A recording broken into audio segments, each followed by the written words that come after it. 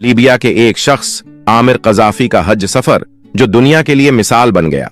आमिर कजाफी हज के इरादे से एयरपोर्ट पहुंचे, लेकिन उनके नाम में कजाफी शामिल होने की वजह से सिक्योरिटी हुकाम ने उन्हें जहाज में सवार होने से रोक दिया।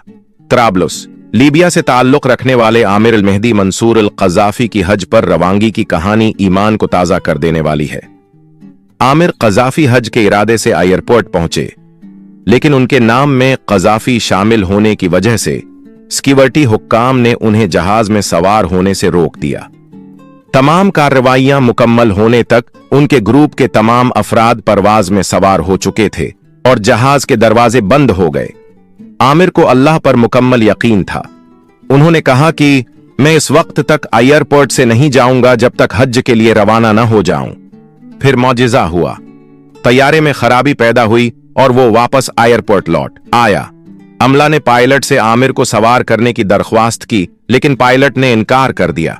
तैयारा दोबारा रवाना हुआ, लेकिन फिर से किसी फन्नी खराबी के बायस वापस आ गया।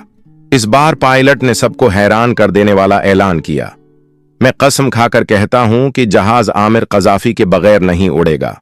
इस ऐलान के बाद आमिर को फौरी तौर पर क्लियर किया गया और आखिरकार तैयारा आमिर के साथ अपनी मंजिल की जानिब रवाना हुआ। यही वो मुकम्मल वाकया है जो उस दिन पेश आया। अल्लाह ताला हम सबको हमारे नबी से मोहब्बत करने की तौफीक अता फरमाए और इस्लामी जानकारी के लिए इस्लाम विथ AI को फॉलो करें।